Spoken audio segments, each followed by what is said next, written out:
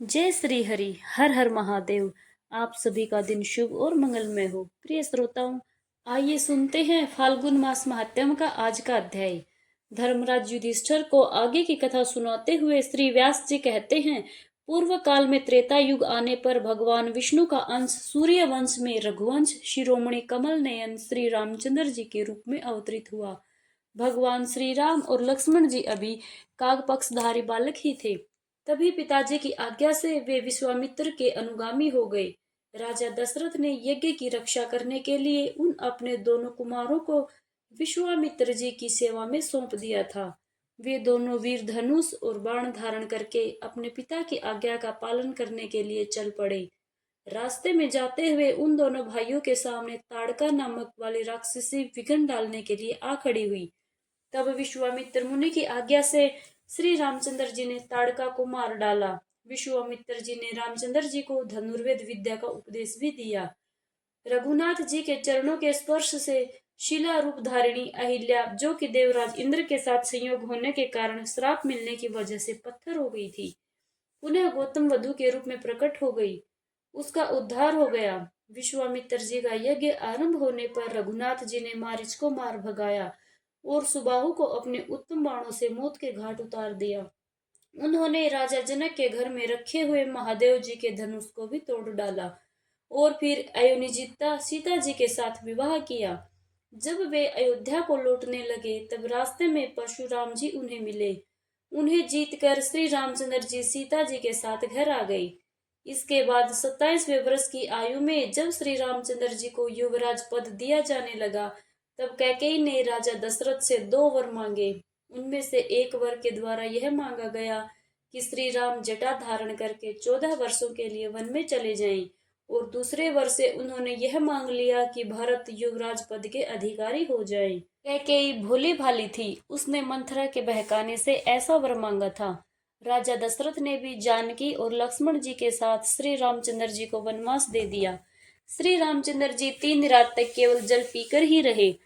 चौथे दिन उन्होंने फलाहार किया और 5वें दिन चित्रकूट के पहुंचकर उन्होंने पत्तों की कुटिया बनाई। उस समय राजा दशरथ श्री रामचंद्र जी का नाम लेते हुए स्वर्ग को सिधार गए। उन्होंने ऋषि श्राप को सफल बनाकर स्वर्ग लोक को प्रस्थान किया और उसके बाद भरत और शत्रुघ्न चित्रकूट में आए। भरत ने पिता के स्वर्गगामी होने का समाचार बतलाकर श्री रामचंद्र जी को घर लौट चलने के लिए समझाया। जब वे लौट चलने को राजी नहीं हुए, तब उनकी चरण पादुका लेकर भरत और शत्रुघ्न नंदीग्राम को वापस लौट आए। वहां दोनों भाई राज्य की रक्षा करते हुए श्री रामचंद्र जी की चरण पादुका के पूजन में तत्पर हुए। श्री रामचंद्र जी महात्मा अत्रि से मिलकर फिर दंडकारण्य में आए और राक्षसों का वध उन्होंने आरंभ कर दिया। सबसे पहले विराट को मारा। उसके बाद 12.5 वर्षों तक श्री रामचंद्र जी पंचवटी में टिके रहे। वहां पर उन्होंने लक्ष्मण जी के द्वारा शूर्पणखा नामक राक्षसी को कुरूप कर दिया, अर्थात उसके नाक और कान काट डाले। जानकी जी के साथ वन में घूमते हुए श्री रामचंद्र जी के आश्रम के पास में भयंकर राक्षस रावण आया। वह सीता जी का अपहरण करने के लिए आया हुआ था। माघ मास के कृष्ण पक्ष की अष्टमी तिथि को वृंद मुहूर्त में जब श्री राम जी और लक्ष्मण जी दोनों आश्रम से बाहर चले गए थे, दशामुख रावण ने सीता जी को अकेली पाकर हरण कर लिया। रावण पहले मारीच के आश्रम पर गया। मारीच मृग रूप में आकर लक्ष्मण सहित श्री राम को दूर हटाकर ले गया था, ताकि उनके हटते ही वह सीता जी को हरण करके ले जा सके। उधर श्री रामचंद्र जी ने मृग रूपधारी मारीच को मार डाला और फिर से लौटकर जब वे आश्रम पर आए, तब उन्होंने आश्रम में सीता जी को देखा ही नहीं। आश्रम खाली था, सुना था। उधर सीता जी रावण के द्वारा हरि जाने पर कुरही की तरह विलाप करने लगी। हे राम, मुझे राक्षस हर कर लिए जा रहा है। आप आकर मुझे बचाइए, मेरी रक्षा कीजिए। जैसे भूखा बाज चीखती हुई चिड़िया को उठाकर ले जाता है, वैसे ही राक्षस रावण जनक नंदिनी सीता जी को हर कर लिए जा रहा था। यह समाचार सुनकर पक्षीराज जटायु ने राक्षस राज रावण से युद्ध किया। अंत में रावण ने उन्हें घायल करके गिरा दिया। माघ मास के कृष्ण पक्ष की 9वीं तिथि को रावण के महल में रह रही सीता जी की खोज करते हुए दोनों भाई राम जी और लक्ष्मण जी जटायु से मिले। उसके मुख से राक्षस द्वारा हरी गई सीता जी का समाचार पाकर फिर श्री राम जी ने भक्ति पूर्वक पक्षीराज का दाह आदि संस्कार किया। फिर आगे आगे श्री राम जी और उनके पीछे पीछे लक्ष्मण जी चले। पंपा सरोवर के पास पहुंचकर उन्होंने शबरी पर कृपा की। फिर पंपा सरोवर के जल का आचमन करके श्री राम जी हनुमान जी से मिले, जिसके बाद रघुनाथ जी ने हनुमान जी और सुग्रीव जी से मैत्री की, उनसे मित्रता करी और फिर सुग्रीव के पास आकर उन्होंने बाली नामक वानर को मारा। इसके बाद श्री राम जी ने अपनी प्राण वल्लभा सीता जी की खोज के लिए हनुमान आदि प्रमुख वानरों को भेजा। हनुमान जी श्री राम जी की अंगूठी लेकर गए ताकि सीता जी को विश्वास दिला सके कि श्री राम जी ने उन्हें ही भेजा है। 10वें महीने में संपाति ने हनुमान जी को सीता जी का पता बतलाया। संपाति के कहने से हनुमान जी 100 योजन समुद्र लांघ कर लंका में पहुंच गए। रात भर सब और सीता जी की खोज करते रहे। रात समाप्त होते होते सुबह हनुमान जी को सीता जी का दर्शन हुआ। द्वादशी तिथि को हनुमान जी अशोक वृक्ष पर बैठे रहे। उसी रात में उन्होंने जानकी जी के विश्वास के लिए उत्तम कथा कही। इसके बाद त्रयोदशी तिथि को अक्षय कुमार आदि के साथ उनका युद्ध हुआ। त्रयोदशी तिथि को ही मेघनाथ ने ब्रह्मास्त्र से हनुमान जी को बांध लिया। ब्रह्मास्त्र से बंधे होने पर भी वायुपुत्र हनुमान जी ने राक्षस राज रावण को बहुत ही कठोर और रूखे वचन सुनाए, उसे धिक्कारा। तब राक्षसों ने पकड़कर उनकी पूंछ में आग लगा दी और उसी आग से हनुमान जी ने पूरी लंका को जला डाला और वे पूर्णिमा को फिर से महेंद्र पर्वत पर लौट आए। मार्गशीर्ष प्रतिपदा से 5 दिन तक रास्ते में रहकर वे मधुबन में आए और षष्ठी तिथि को मधुबन का विध्वंस किया। फिर सप्तमी तिथि को श्री रामचंद्र जी की सेवा में पहुंचकर पहचान देते हुए सारा समाचार उन्हें सुना दिया। सीता जी ने बदले में मणि दी थी, तो सीता जी की मणि देकर श्री राम जी से उन्होंने सारी बात बताई कि वे सीता जी से मिलकर आए हैं। फिर अष्टमी तिथि को उत्तरा फाल्गुनी नक्षत्र में जब विजय संगत मुहूर्त चल रहा था, ठीक दोपहर के समय श्री रामचंद्र जी ने प्रस्थान किया। आप सभी ने कथा सुनते हुए एक बात पर ध्यान तो जरूर दिया होगा कि देखिए, जब भगवान श्री रामचंद्र जी भी सीता जी की खोज में या रावण से युद्ध करने के लिए जा रहे थे, तो उन्होंने भी खास मुहूर्त का इंतजार किया। उस खास मुहूर्त में भी उन्होंने अपनी यात्रा प्रारंभ की और यही कारण है कि हमारे पुराणों में जो भी तिथि मुहूर्त किसी शुभ दिन के लिए बताया जाता है कि इस नक्षत्र में आपको इस तिथि का संयोग होने पर इस तीर्थ स्थल में, इस कुंड स्थल में जाकर आपको उसका दर्शन करना चाहिए। किसी कुंड में, सरोवर में आपको स्नान करना चाहिए और तब उससे किसी पुण्य की प्राप्ति होती है, कोई रोग व्याधि दूर हो जाती है या किसी खास काम में आपको विजय प्राप्त हो सकती है। तो ये सारा वृतांत हमारे पुराणों में बिल्कुल सच ही बताया गया है और यही कारण है कि हम जब भी कोई नया काम शुरू करते हैं, कोई भी काम करते हैं, तो उससे पहले हमें शुभ मुहूर्त देखना पड़ता है कि हम जो भी काम करने जा रहे हैं उस काम के लिए वो मुहूर्त ठीक है या नहीं। और खास मुहूर्त आने पर ही हमें कई बार वो काम शुरू करते हैं और उसमें निश्चित ही सफलता प्राप्त होती है। और इन सब बातों का, इन सब जानकारियों का हमारे धर्म में, हमारे पुराणों में बहुत ही महत्व है। तब जब भगवान श्री राम ने ठीक दोपहर के समय प्रस्थान किया, तब श्री राम जी ने दक्षिण दिशा में जाने की प्रतिज्ञा करते हुए कहा, मैं समुद्र को लांघकर राक्षस राज रावण का वध अवश्य करूंगा। दक्षिण दिशा की ओर प्रस्थान करते समय श्री रामचंद्र जी के साथ ही वानर राज सुग्रीव हुए। 7 दिनों में समुद्र के तट पर सेना की छावनी पड़ी। सारे वानर सेना वहां पर एकत्रित हो गई। पौष शुक्ल प्रतिपदा से लेकर तृतीया तक अपनी सेना सहित श्री रामचंद्र जी की उपस्थिति सागर के तट पर बनी रही। चतुर्थी तिथि को विभीषण आकर श्री रामचंद्र जी से मिले। पंचमी तिथि को समुद्र पार करने के बारे में विचार किया। इतना अपार समुद्र है, कैसे पार करें। अब जब पार करने की बारी आई, बड़ा दुस्तर समुद्र था, बहुत बड़ी बाधा थी कि कैसे इतना विशाल समुद्र पार किया जाए। तब देखिए, भगवान श्री रामचंद्र जी ने भी उपवास किया। प्रभु हैं, कुछ भी कर सकते हैं, बिना उपवास के भी काम सिद्ध कर सकते हैं, लेकिन उस समय उन्होंने मनुष्य रूप धारण किया था और एक मनुष्य होने के नाते उन्हें कुछ नियमों का पालन भी करना था। तब उन्होंने 4 दिन समुद्र के किनारे रहकर उपवास व्रत किया। चौथे दिन समुद्र देव से वर प्राप्त हुआ। साथ ही समुद्र देव ने समुद्र पार करने का उपाय भी बताया। दशमी तिथि से सेतु बांधने का, यानी कि समुद्र के ऊपर पुल बनाने का कार्य शुरू हुआ। त्रयोदशी तिथि को पूरा हो गया। चतुर्थी को सुबेल पर्वत पर पहुंचकर श्री रामचंद्र जी ने अपनी सेना का पड़ाव डाला। पूर्णिमा से लेकर द्वितीया तक 3 दिनों में सारी सेना समुद्र पार करके लंका पहुंच गई, जिसके बाद शुभ लक्षण श्री रामचंद्र जी ने सीता जी को प्राप्त करने के लिए शूरवीर वानरों की सेना के साथ लंका को चारों ओर से घेर लिया। तृतीया से लेकर दशमी तिथि तक 8 दिनों तक सेना वहां पर टिकी रही। एकादशी के दिन शुक और शारण इन दो मंत्रियों का आगमन हुआ। पोष कृष्णा द्वादशी को सेना की गणना की गई, गिनती की गई और ताकत भी देखी गई कि किस सेना की तरफ कितना बल है, कौन कौन से सैनिकों को पहले भेजा जाए युद्ध में, किन को बाद में भेजा जाए। कपिश्रेष्ठ सुग्रीव जी ने अपनी सेना के बलाबल का वर्णन किया। फिर त्रयोदशी से लेकर अमावस्या तक 3 दिन तक लंका में रावण ने अपनी सेना का संगठन और उनकी गणना की, सैनिकों में युद्ध के लिए उत्साह भरने का काम किया। किसी भी युद्ध से पहले अपने सैनिकों का उत्साह जरूर बढ़ाया जाता है। किसी भी युद्ध के लिए क्यों, किसी भी प्रतियोगिता के लिए, कोई भी कंपटीशन हो, सबसे पहले उन्हें मोटिवेशनल सपोर्ट दिया जाता है, उनका मनोबल बढ़ाया जाता है, ताकि युद्ध में या किसी भी प्रतियोगिता में हार या जीत जो भी हो, फैसला हो, उसके लिए आगे की दिशा निर्धारित की जाए। माघ शुक्ल प्रतिपदा को अंगद जी दूत बनकर रावण के दरबार में गए। द्वितीया के दिन सीता जी को माया से उनके पति के कटे हुए मस्तक आदि का दर्शन करवाया। इधर रावण भी पूरी तैयारी पर था। दोनों ही तरफ के वीर योद्धा अपने अपने सैनिकों का बल बढ़ा रहे थे और उधर रावण ने एक बार अंतिम प्रयास किया कि सीता जी के आगे उनके पति अर्थात भगवान श्री राम जी का कटा हुआ सिर लाकर रख दिया जाए, ताकि उनका मनोबल गिर जाए और वह लंका में ही रहने का निश्चय कर ले। उसी दिन से 7 दिनों तक अर्थात अष्टमी तिथि तक राक्षसों और वानरों में घमासान युद्ध हुआ। सीता जी बहुत पतिव्रता थी। भगवान श्री राम के अलावा उन्होंने कभी किसी के प्रति मन में विचार तक नहीं लाया, अपने निर्णय पर अड़ी रही। तब इधर भगवान श्री राम जी के जो भी सेना थी, उधर राक्षस राज रावण की सेना में घमासान युद्ध हुआ।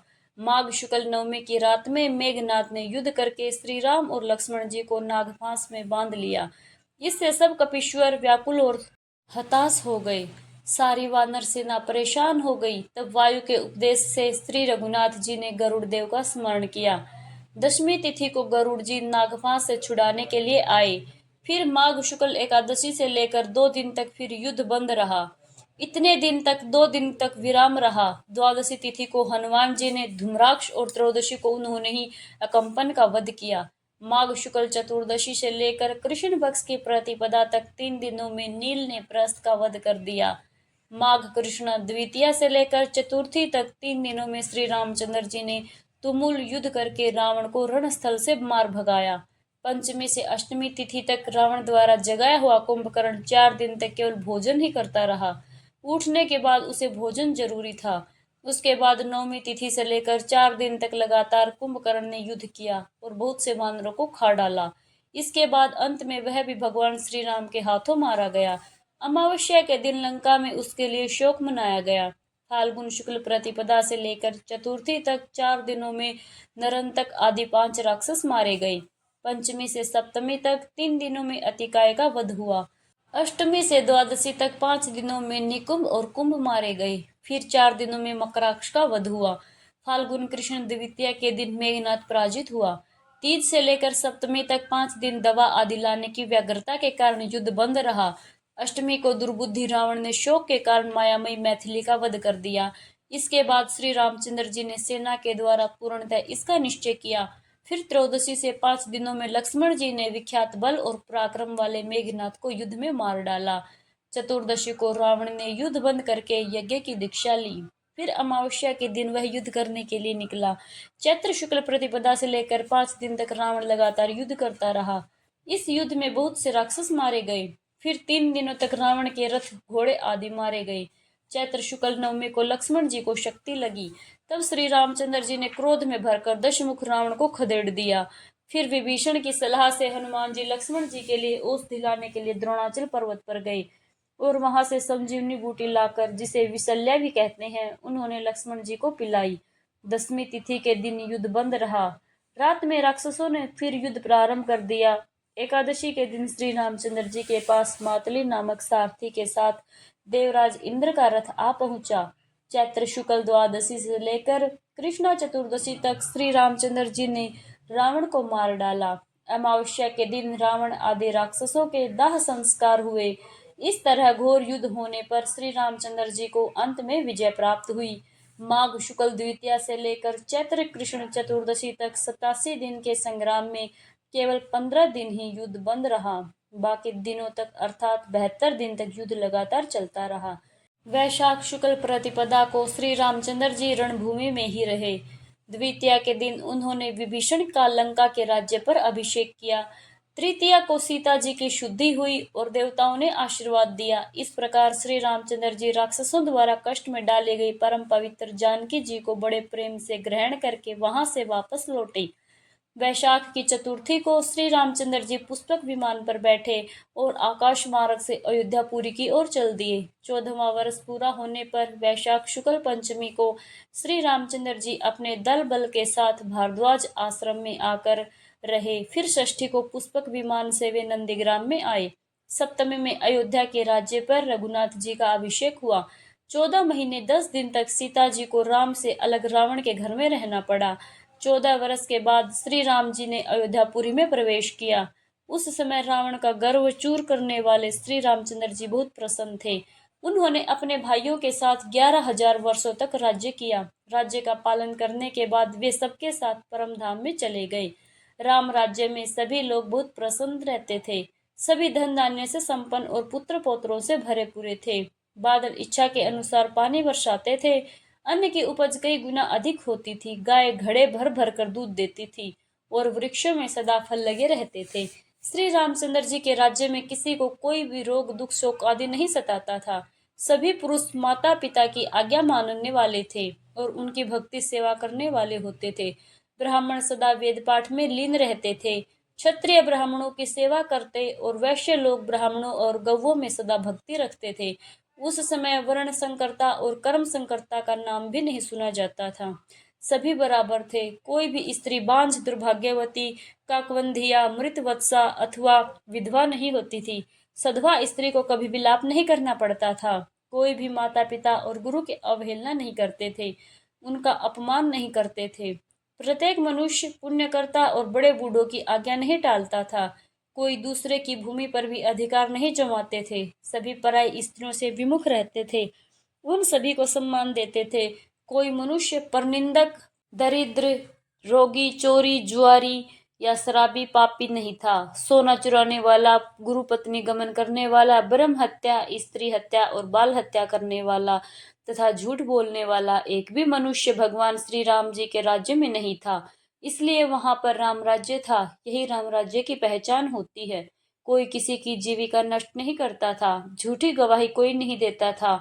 मलिन मनुष्य कहीं पर देखने से भी नहीं मिलता था। ब्राह्मण वेदों के पारंगत विद्वान होते थे और सदा सर्वत्र उनकी पूजा होती थी। अत्यंत विख्यात राम राज्य में कोई भी मनुष्य ऐसा नहीं था जो व्रत का पालन करने वाला या भगवान का भक्त ना हो। राज्य करते हुए श्री रामचंद्र जी के पास उनके पुरोहित महाभाग वशिष्ठ मुनि अनेक तीर्थों में भ्रमण करके आए। श्री रामचंद्र जी ने अभ्युत्थान, अर्घ्यपाद्य और मधुपर्क आदि के द्वारा मुनियों सहित गुरु वशिष्ठ जी का पूजन किया। जिसके बाद मुनिवर वशिष्ठ जी ने श्री रामचंद्र जी से उनके राज्य, अश्व, हाथी, खजाना, देश, उत्तम बंधु तथा सेवकों के विषय में कुशल मंगल पूछा। श्री रामचंद्र जी कहने लगे, हे गुरुदेव, आपकी कृपा से, आपके प्रसाद से मेरे लिए सर्वत्र कुशल है, सब कुछ कुशल मंगल है। जिसके बाद श्री रामचंद्र जी ने मुनिवर वशिष्ठ जी से उनकी पत्नी और पुत्र के कुशल मंगल का समाचार पूछा।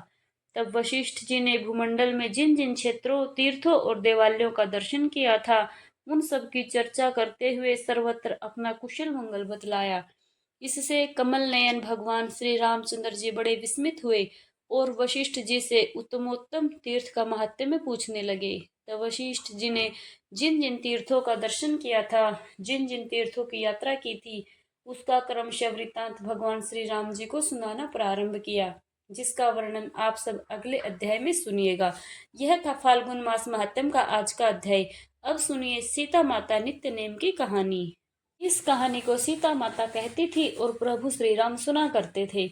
एक दिन श्री राम भगवान को किसी काम के लिए बाहर जाना पड़ा, तो सीता माता कहने लगी, भगवान, मेरा तो 12 वर्ष का नित्य नेम है, अब आप बाहर जाएंगे तो मैं अपनी कहानी किसे सुनाऊंगी। तब श्री राम ने कहा, सीते, आप कुएं की पाल पर जाकर बैठ जाना और वहां जो भी औरतें पानी भरने आएंगी उन्हें अपनी कहानी सुना दिया करना।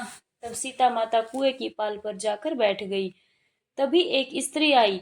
उसने रेशम की जरी की साड़ी पहन रखी थी और सोने का घड़ा ले रखा था। सीता माता उसे देखकर कहने लगी, बहन, मेरा 12 वर्ष का नित्य नेम सुन लो। पर वह स्त्री बोली कि मैं तुम्हारा नित्य नेम सुनूंगी तो मुझे घर जाने में देर हो जाएगी और मेरी सास मुझसे झगड़ा करेगी। इसलिए उसने कहानी नहीं सुनी और अपने घर को चली गई। लेकिन उसके घर जाते ही उसकी रेशम जरी की साड़ी फट गई। सोने का घड़ा मिट्टी के घड़े में बदल गया। सासू ने देखा तो पूछा, अरे बहू, यह किसका दोष अपने सिर पर लेकर आ गई हो। बहू बोली, माँ जी, कुएं पर एक औरत बैठी थी। उसने अपनी कहानी सुनने के लिए कहा, लेकिन मैंने नहीं सुनी। शायद उसी का फल मुझे मिला है। बहू की बात सुनकर अगले दिन वही साड़ी और वही घड़ा लेकर सास कुएं की पाल पर जाकर बैठ गई।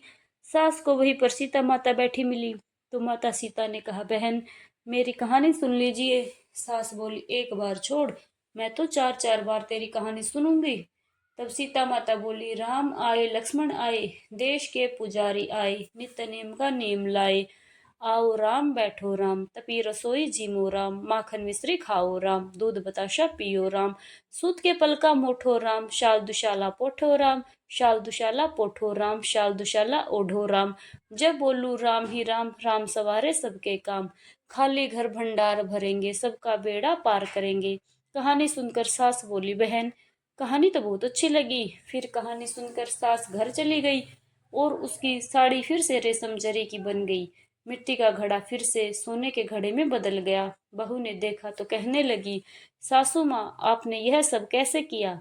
सास बोली, बहू, तू दोष लगा कर आई थी और अब मैं दोष उतार कर आ रही हूँ। बहू ने पूछा, माँ जी, वह कुएं वाली स्त्री कौन है। सासू ने बताया, वह तो सीता माता थी। वह पुराने से नया कर देती हैं, खाली घर में भंडार भर देती हैं। वह लक्ष्मी जी का वास घर में कर देती हैं और मनुष्य की जो भी इच्छा हो उसे पूर्ण कर देती हैं। बहू बोली, माँ जी, फिर तो ऐसी कहानी मुझे भी सुना दो। सास बोली, ठीक है, तुम भी सुनो।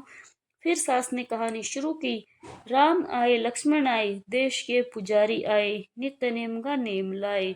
आओ राम बैठो राम, तपी रसोई जिमो राम, माखन मिश्री खाओ राम, दूध बतासा पियो राम, सूत के पलका मोठो राम, शाल दुशाला पोठो राम, शाल दुशाला ओढ़ो राम।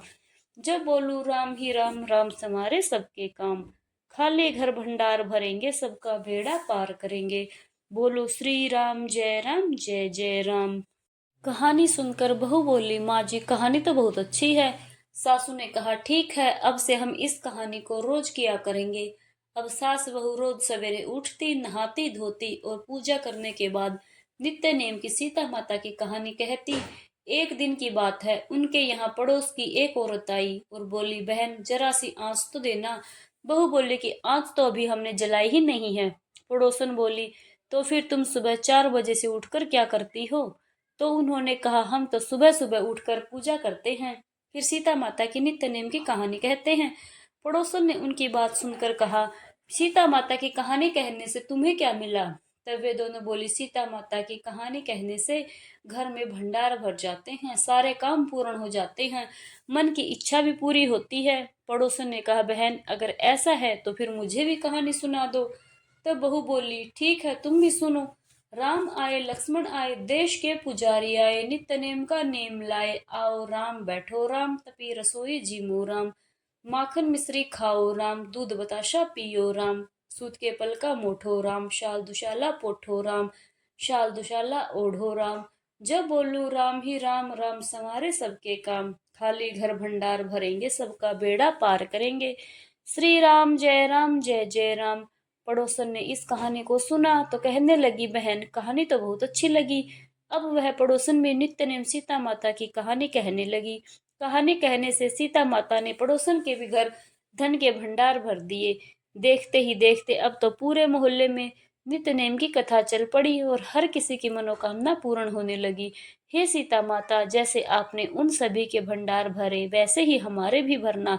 कहानी कहने वाले, सुनने वाले और हुकारे भरने वाले सबके घर भंडार भरना। सभी प्रेम से बोलिए सीता मैया की जय।